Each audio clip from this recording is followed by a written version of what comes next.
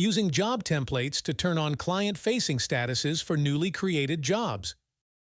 By default, client-facing status is hidden when you add a new job to a pipeline, but you can turn it on a template, so you don't have to do it manually every time. To do so, go to Templates. Firm Templates from the left menu bar, select Jobs, then click the job template name to edit it. You can also create a new one from scratch, but for this example, we will edit one already made.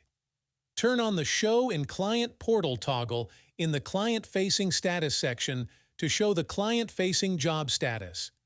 Select a status to assign initially at the selected stage. A description will automatically appear for each status, but you can tailor it to this particular pipeline. Enter a job name you want your clients to see in the client portal. You can customize description and job name using shortcodes. Click Save and Exit. Now, let's go to the pipeline settings. Go to Templates Pipelines and select the one you want. Click the Settings tab, and on the default job template, select the one we just edited. Don't forget to click the Save button.